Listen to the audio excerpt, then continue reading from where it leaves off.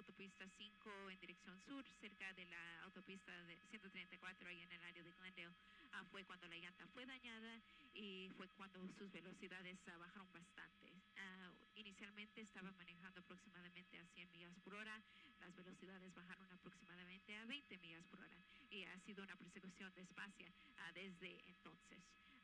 Al momento nos encontramos aquí en el área de, creo que ya estamos en Montecito Heights. Ya estamos ya en Montecito Heights, yendo hacia el área de Lincoln Heights, Boyle Heights, el este de Los Ángeles, Monterey Park, ahí en esa área cerca de las autopistas 5 o 10.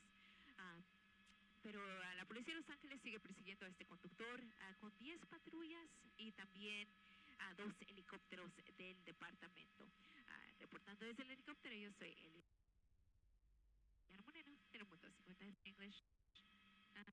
We just got a note here from our assignment desk that the driver might have his window would have been on the ground, you'd see a lot more swerving around. But right now, it just looks like this person is just trying to keep this car moving and delay the inevitable, going through whatever issues he's having and talking with people.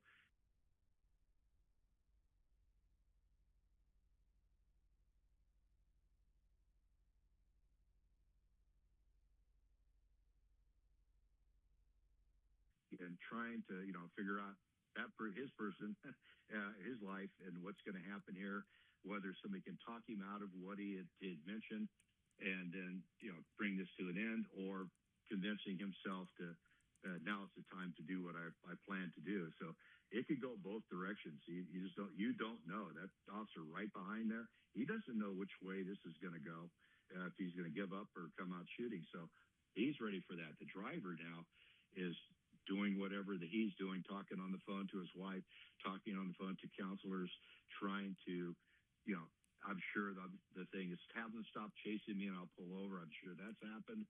If they don't stop chasing me, I'm going to, get out and start shooting. I'm sure that's been said. But what started this? Was there domestic between he and his wife? Was there some type of crime that was occurring that an officer came upon? It changes the scenario completely. And you talked about being in an area that's familiar.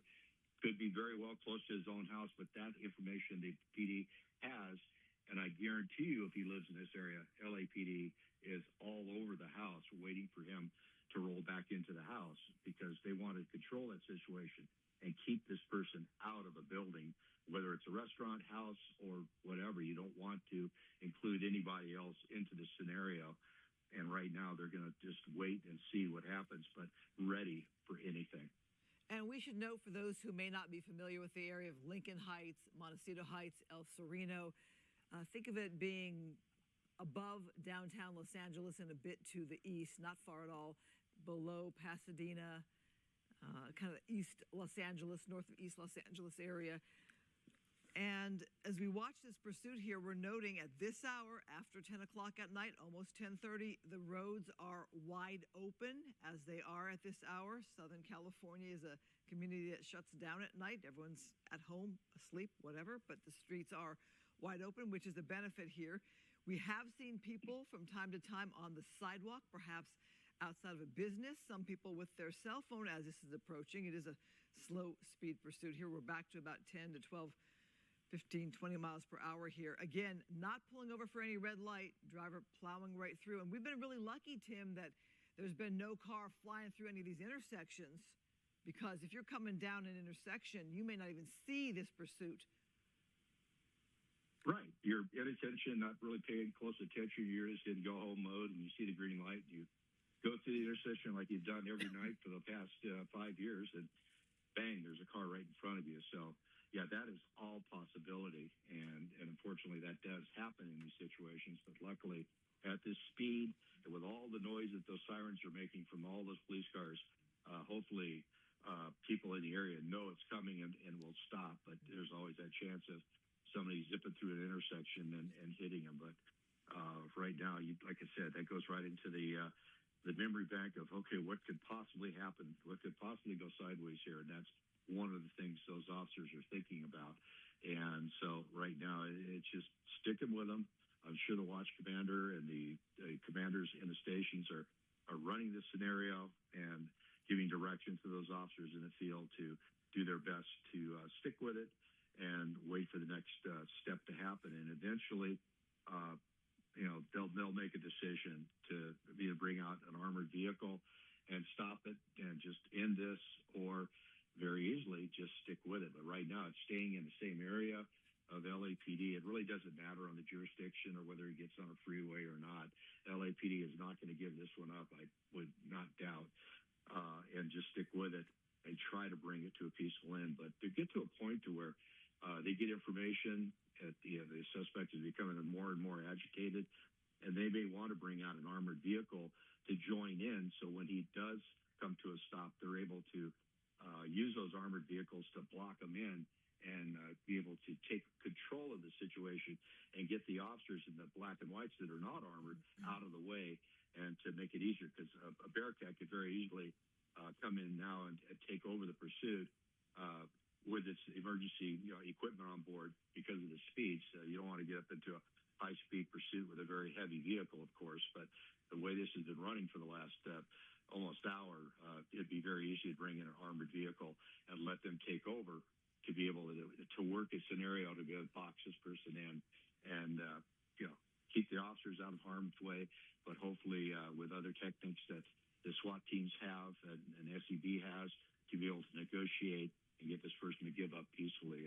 They have a little more tools in their toolbox that a patrol officer doesn't have. So that's another scenario they could do. But it's a matter of getting somebody, get somebody in that armored vehicle. Well, we've seen it. I've seen pursuits ended by armored vehicles. I'm trying to remember if I remember an armored vehicle in a pursuit. I know sometimes they've come to a stop and the person just won't get out of their vehicle.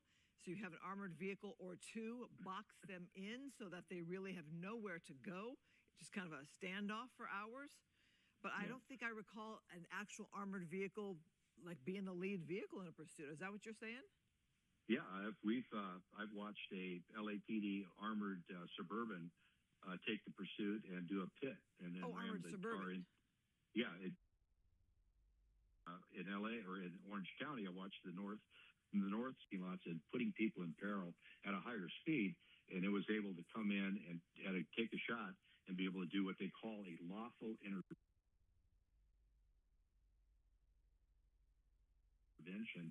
where they use the vehicle as the tool to stop the pursuit, because that is authorized. If it gets to a point where this... Yeah, I was thinking more of like the Bearcat. Well, no, it was a Bearcat in Orange County. The last one I saw, in fact, it was on a tractor rig, which is the ones that drag around the big tractor trailers, just the tractor part. And he was driving pretty erratic, and it was a large vehicle, so they wanted to get it stopped before somebody really got hurt, so they were able to do that. But this scenario right here, I mean, I would be thinking that with prior experience, and I'm sure the folks in the station with the bars and stars have been on the road a lot longer than the folks out here in the black and whites. And if it's in their toolkit, why not? Because right now, why not? If you have the tool, use it. Bring the Bearcat out, get in behind it, and then maybe bring out a second one if you have it. And I'm sure they have the personnel to run it. And you could start slowly boxing this person in. I mean, and they don't have to worry about getting shot through the window like units would in the black and white. Oh, well, the thought of that. Wow.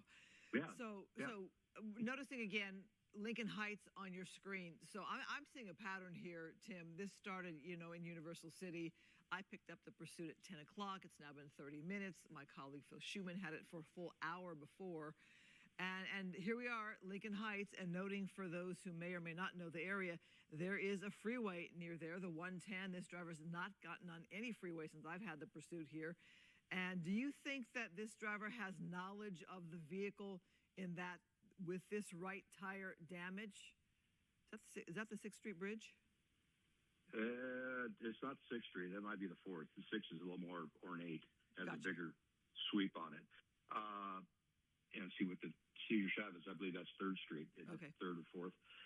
Anyway, yeah, he knows his tire's out, but that's, he's doing a great job keeping that car moving with all the, the damage to that wheel. I mean, the drive wheels are on the front of this vehicle.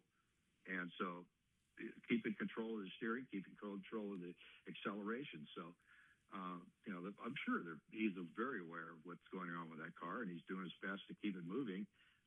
Since that right turn, left turn, U-turn type move he made earlier, just trying to not get stopped, and also not wanting to get blocked in by traffic. And so right now, getting into that downtown area, and Invictus and Cesar Chavez, that's right into the east side of the main downtown area. So this is going to get into the buildings here shortly, and it's just a matter of time. And there's no reason to rush it. Absolutely no reason at all to rush it. Well, and also noting, even though this is a Wednesday, that downtown means more people, I would think, more people on the streets. You have the homeless population, the unhoused population. You have businesses that might still be open. Downtown LA on a Wednesday isn't overly crowded and busy, but you still have a difference in the makeup of the community. Here, it's a lot of high-rise residential right now. And look there, you see people there on the streets there to your left. And so we're going to probably see more people perhaps on the sidewalks as he goes farther into downtown. Right. If he makes a bunch of turns, or left turns, left turn, and goes around an area, he's going to bring people out of their apartments and out onto the street, and you're adding more problems for the officers who are following the suspect. And the worst case scenario, you got a lot more people in the area where bullets may find an innocent person should this end up in a gunfight. And that's one thing that officer in the back, they have to keep in mind of the background behind that suspect when he gets out. Where the bullet's going to go if he misses? Where the bullets of the suspect going to go? That's the last thing you want to do is get to come towards you. But you have to be aware of all of that, and you have to be ready for all of that. And so right now, kind of weaving around here, making a turn. Is that getting up on the 110? Let's see here. Acacia, that's 110, 101 right in that area. Well, look at those speeds. My goodness. Yeah. I'm surprised the car is willing to go at that higher rate of speed there. All right, so not exactly sure where our pursuit suspect is right now. We're on the freeway. Oh, my goodness. Yeah, he made that turn on Acacia. Tim, what do you make of the car going at these speeds on the freeway? Well, it'll do a good job at disabling the vehicle. If he keeps the speed up like this on a freeway, it's more controllable as far as the surroundings. You don't have cross traffic. You don't have pedestrians. So you take those elements out, and with the speeds going up, it will cause that right front tire to start separating from the rim and start going down on the rim. In fact, it might be at that point now. I can see a little bit sticking out there. It might be the fender taken out when the tire blows or comes loose. But yeah, the faster speeds will cause this car to disable a little faster. It's actually a good thing. But now we're dropping back down to the 20-mile-an-hour range, and he's probably realizing that this car is very hard to drive. You see pieces hanging off the side there as they zoomed in. So the more speed he puts on, the better it will be for this vehicle to disable itself, and that's what LAPD is hoping for. But right now, it looks like he's really dragging that right front corner, and you'll start seeing sparks come off that rim once the rim starts contacting the pavement, and you'll start seeing that concrete dust coming out where it's grinding on the pavement as he moves along here. But yeah, the speeds of 20 miles an hour. It's going to take a bit to get it to go, but I can see the rubber hanging out of the side there. So hopefully it's down on that rim, and eventually it'll grind that rim down to where it won't be able to drive. It won't have any pull from the engine, and unless it could switch over to that left tire, which is still good, then it'll continue on. But the driver, if I could just surmise from what I've been seeing for the last hour and a bit, just trying to delay the inevitable, and LAPD is in no hurry to try to stop it. Man, if I'm one of these cars driving by, I would hate to be in that scenario, to see all that law enforcement there and realize, oh my gosh, I am right alongside a pursuit here. Yeah. Again, the speeds are 30 miles an hour on the freeway. I think a pro of this speed being so light is that police could run some brakes and stop traffic from coming up on this pursuit. They could also get ahead of some of these ramps and block those off so you don't have cars kind of entering the process. Because look at the two cars there right next to the pursuit. I'd be terrified. Yeah, the officers are in trail should kind of fan out and block all lanes so nobody drives by. And if you're in that scenario where you're in those two cars off to the right, pull over. You got red lights and sirens right around you. Get off the freeway, pull over, get out of the scenario, and not try to get up in there. But sometimes folks, maybe the media folks, what we call stringers, folks trying to get the footage for news broadcasts, they'll get up there and get involved. But hopefully LAPD now will direct their officers to fan out across the freeway to block any traffic coming on, but you still got to deal with on-ramp traffic, and that's something a CHP could handle very easily because they're monitoring this pursuit, and they have units in the area, and they could very easily block the on-ramps up top of the ramp, not get involved in the pursuit, but assist by blocking those ramps. You have LAPD units that work this area as well as sheriffs. They can block those ramps and help out and still not be involved in the pursuit. So a lot of that goes on behind the scenes. Yeah, Tim, it looks like that's what they're doing because at these speeds, you would have cars whizzing right by if you had cars just driving down the freeway northbound on the 101. I mean, look how busy it is on the other side with that traffic there on a Wednesday night here at past 10:30. You would have cars just whizzing by. So clearly it looks to me like people are either seeing, a lot of law enforcement in front of me, let me slow down, or you have people running some kind of break. But look at the line of police cars. If I saw that, I might slow down and be like, let me not get caught up in that. Well, that little handbook you get when you get your license tells you to do that. You don't pass an emergency vehicle with license and on like that. You don't pass them. You stay away from them. Don't get any closer than 300 feet behind. All those rules of the road. But people don't always involve themselves or realize what is actually going on around them, and don't take the whole situation where they're just driving slow, and if I'm under 65, I can go by, but stay away from them.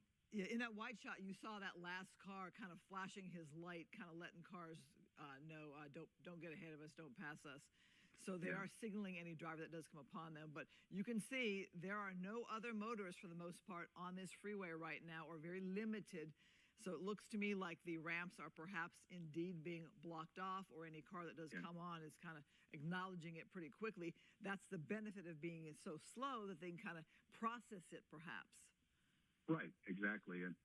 But it's just up to the individual driver and their level of awareness of what's happening here. And the best thing, but the best scenario would be those last 4 units to go side by side and block the freeway behind them. Looks like it. And more likely that very last one, the very last one is probably a CHP that's I'm going to hold back here and run a traffic break for these folks ahead of me and let LAPD do their thing. So right now, climbing up the freeway or passing Vermont, heading towards the Hollywood area, a lot more people up there, a lot more tourists in that area. So that all in mind as he continues, hopefully stays on the freeway and continues on until this vehicle comes to a stop because of the inability to move.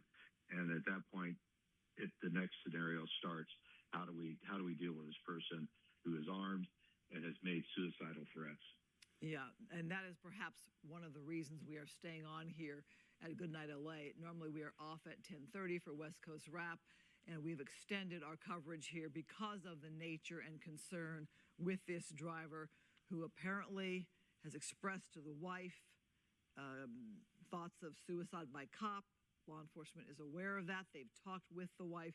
We're not sure if they're in communication with the driver or if the wife is at this point in time, or the motivation why this driver is having such a hard day. We are watching this pursuit now on the 101 freeway northbound, and here we are now, Tim, as you mentioned, in the Hollywood area. There's been no sign of this driver getting off the freeway despite that damage to the right tire. So here we are, as you noted, going to make our way to Hollywood. We're now in Hollywood.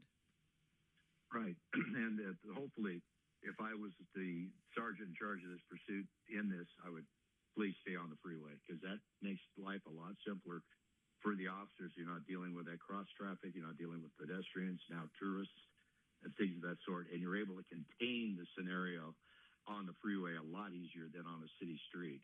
And also now you go away from all the high rises either side, people, to where if things start happening, there's less chance of some civilian being hit by gunfire should this turn into that situation. But right now, I'm sure they have been discussing scenarios that they will do. If this happens, we're going to do this. This unit, that unit is assigned to less lethal. This unit, that unit is assigned to lethal. This unit is assigned to make the call out.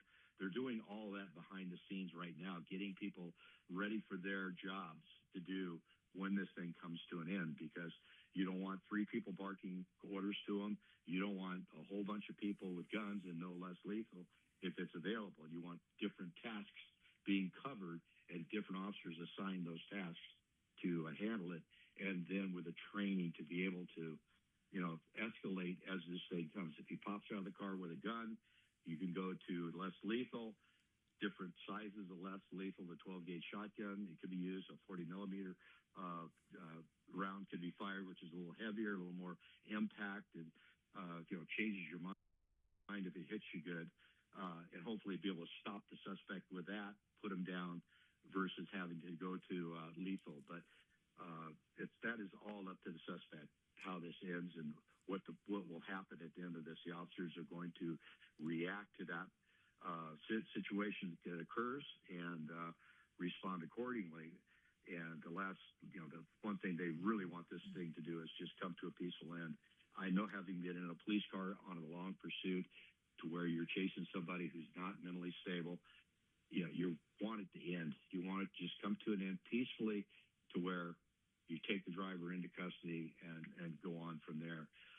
The last thing you really want to get into is a gunfight, because it's a two-way range. He's putting rounds at you, you're putting rounds at him, and you're just as likely to get hit. And that's not what you're trained to do. You're not trained to get shot. So it's you do your best and put yourself in harm's way to protect the public, and that's what's happening right here.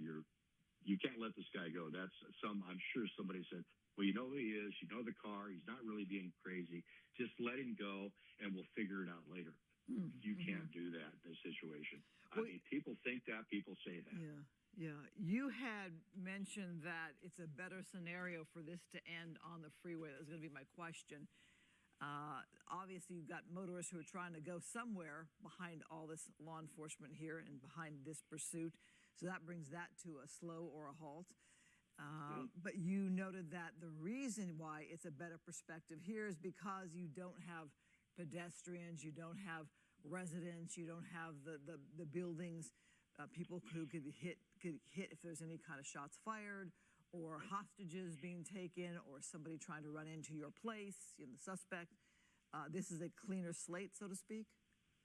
Absolutely. You have a pretty sterile scene here with a lot less things to worry about. And you're able to control the scene because you're not dealing with windows and people and other cars and things of that sort. So it would really, the best scenario would be ending on the freeway. And it would make it a lot safer for the suspect, because the officer's attention isn't, diverted. It's not separate. You're not looking different directions trying to make sure everything is right and have the suspect, do something that you don't see. But it's just a lot easier for the officer on the freeway, and it cleans up the scenario a lot better. And, it just makes it less difficult for you. And as far as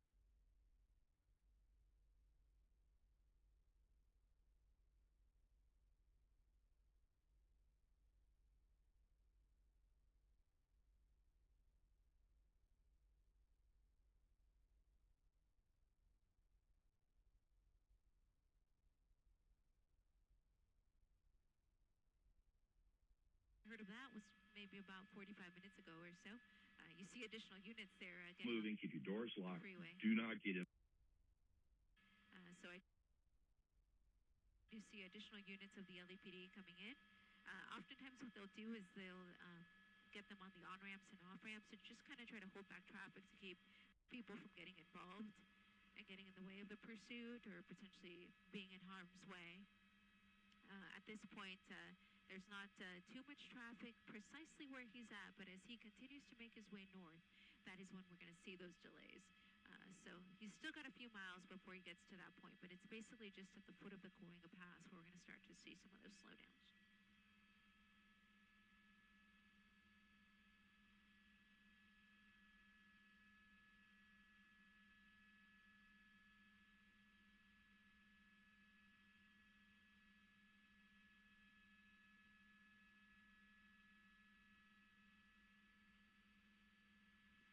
quickly, I'm just going to give a little update for our sister station, Telemundo. Buenas noches una vez más desde el helicóptero. Yo soy Eliana Moreno reportando sobre esta persecución que todavía continúa.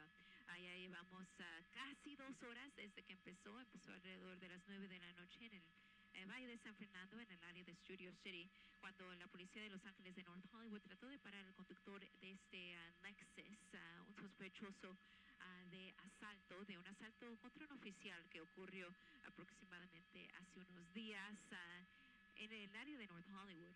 Al momento se desconocen los detalles del incidente, pero los oficiales trataron de parar al individuo y él continuó manejando hasta llegar a Hollywood.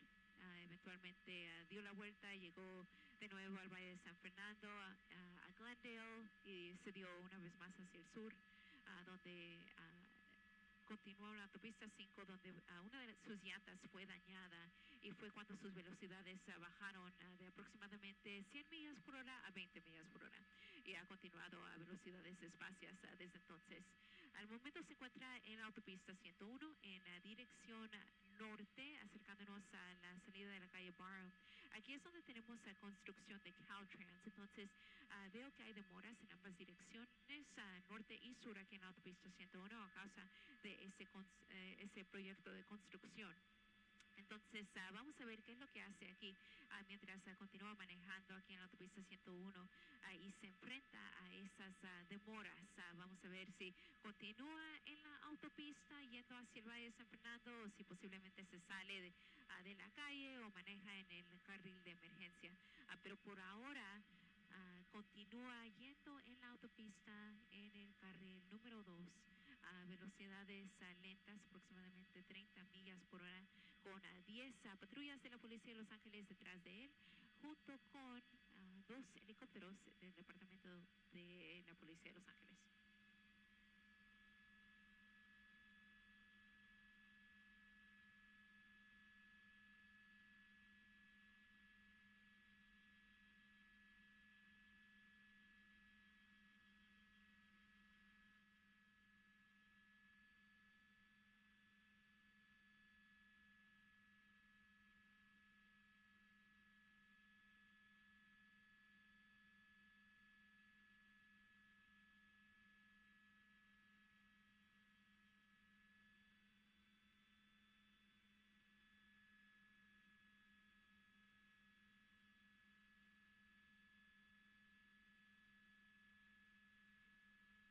Yeah.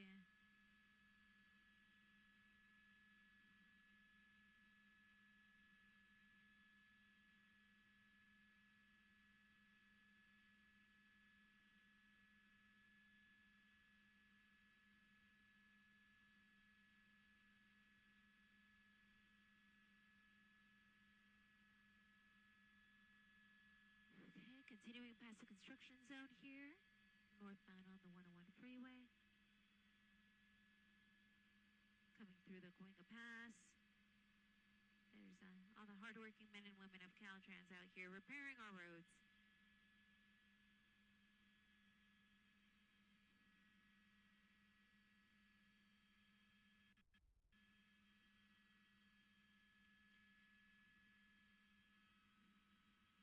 My gut feeling is he's going to end up back in North Hollywood, because that's where this all began. That's where the original crime was committed. And just based off of knowledge and experience from covering pursuits, we know that suspects tend to return to an area that is familiar to them. So that's what would make the most sense. And right now, that is the direction that we're going. Thankfully, he's not going too fast, because, of course, this is a construction zone where we've got workers out. It's really dark, so you would hate for anything to happen to any of them, of course.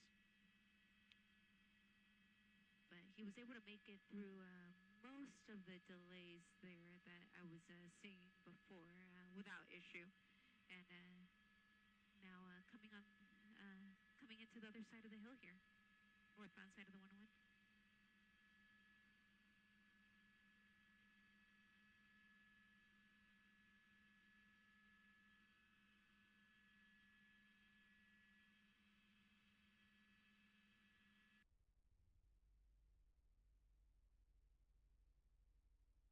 The city part of the Universal City area and see where he ends up.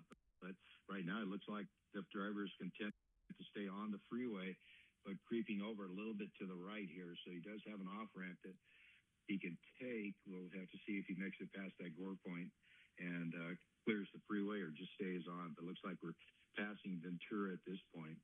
And LAPD just content to stay with him. And freeway speed up to 40 miles an hour now. So, like I said, every time he goes a little faster, more damage will occur to that right front tire. I don't know how you feel covering these. You know, you've been in law enforcement, so perhaps your perspective is different, having done so many of them from the side of having been in these pursuits.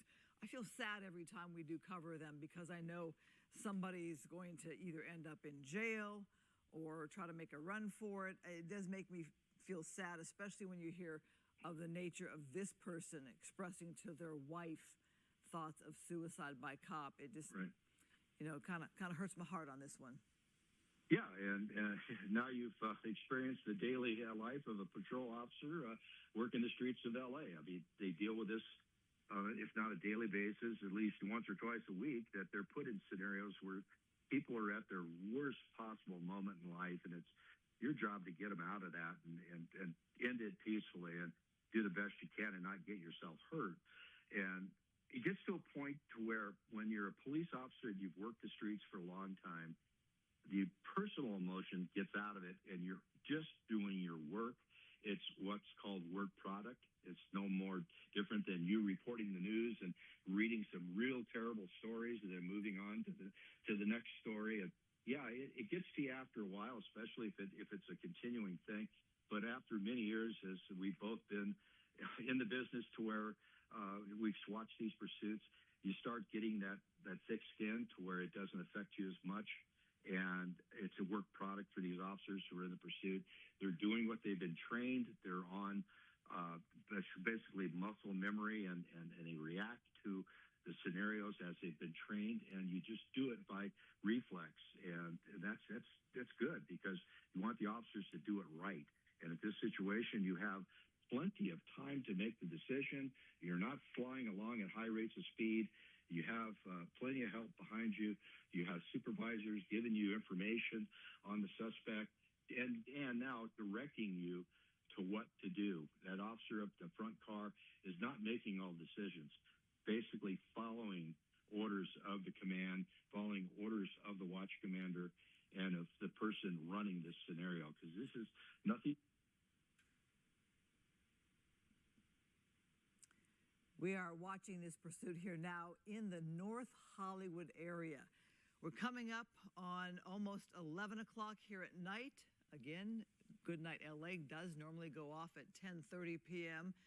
And we've stayed with this coverage due to the nature of this pursuit. The initial want on this one is assault on an officer. We're not sure what that means and where that happened. We do know the pursuit that we picked up was in Universal City. The driver went all the way down to the El Sereno, Lincoln Heights area, which is near downtown Los Angeles, maybe a bit to the northeast, just a little bit. There were plenty of freeway areas that this driver could have gone to a freeway and did not, stayed on surface streets for the longest period of time, did run over a spike strip. And so now we have, looks like, an exit here. Let's watch this here to see if the driver decides to get off the freeway. Could have gone on to the 134 or the 170. Yeah, we're here on surface streets now. All right, so the driver decided to get off finally after a good 20 minutes perhaps on the freeway. And I'm surprised.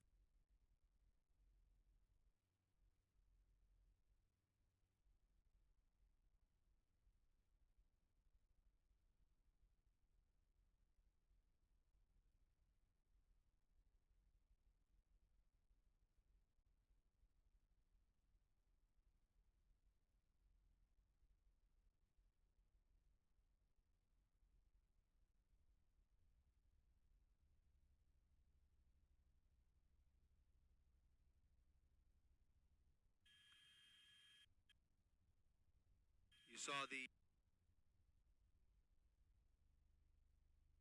inner liner of that wheel well falling off moments ago. There now we have a clearer glimpse of that front right rim, and it almost looks like he's picking up a little bit of speed. We're still not seeing many sparks coming from that right wheel. Way here, continuing northbound on Colfax Avenue.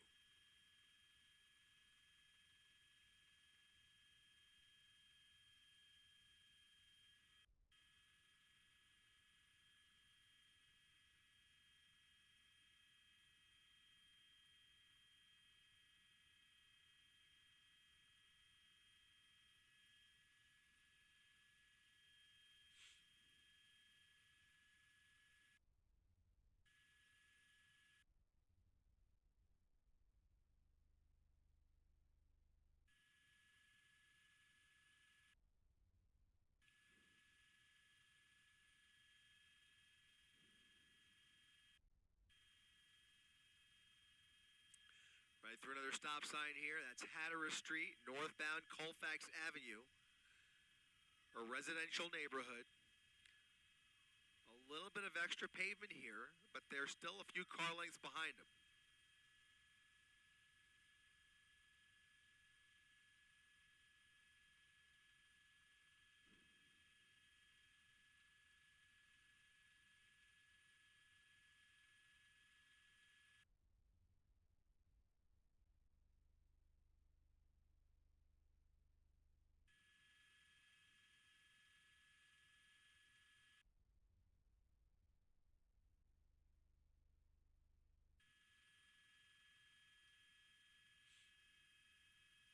Making a right turn off of Colfax onto Oxnard Street. Now,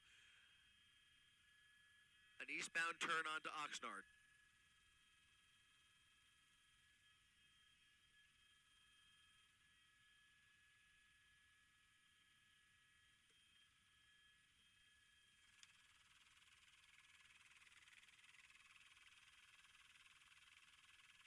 Copy that.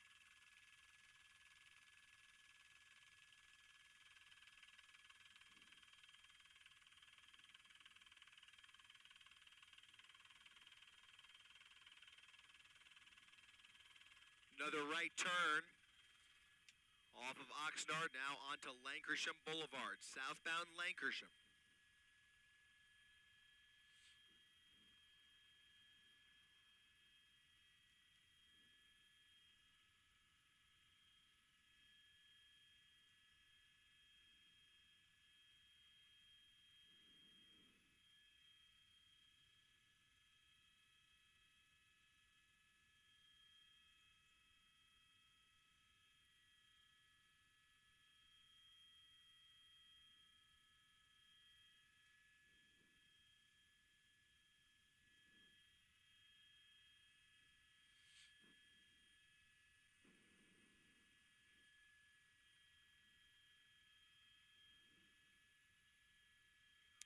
Out of the vehicle, Mark. The suspect going for a run as he makes his way through North Hollywood. This wanted gang member now on the run. Foot pursuit ensuing. LAPD preparing to chase this guy through an apartment complex off of Lancashire Boulevard and Oxnard Street. LAPD on foot, climbing the steps, trying to get him before he tries to hide out in one of these apartments. We'll come around the south side there. You can see more units on foot after a hour and a half pursuit, a slow speed chase down the 101 freeway, through LA, all the way out to the San Gabriel Valley, all the way back to the 101 freeway and back into North Hollywood, where all of this started just a couple of days ago. The suspect wanted for assault with a deadly weapon on a police officer during a domestic violence call. This guy has a lengthy rap sheet and in the process managed to ram an LAPD unit just a couple of days ago. A gang unit caught the suspect, or caught up with the suspect earlier this evening. That is when this chase started to unfold. Again, been going on for upwards of 90 minutes and has come to an end in this apartment complex at Oxnard Street and Lancashire. LAPD now taking that suspect into custody, Mark. All right, looks like they got him. I was wondering what he had in his hand. You saw him running with something in his hand. I don't know if it was a phone or some sort of a weapon. Didn't look like a gun, but then it's hard to tell sometimes. Yep, it is hard to tell, and we do not know if at any point he was armed with a weapon. We were listening for that, but he was definitely fidgeting around in the driver's seat for much of this slow-speed chase, never going more than 10 or 15 miles per hour. He was lighting up behind the wheel at one point, clearly getting high on the phone with crisis negotiators, trying to get him to slow down and pull over. We never saw him actually pull out a cell phone where he was making calls or anything like that, but certainly they were treating him very carefully, not knowing what he was capable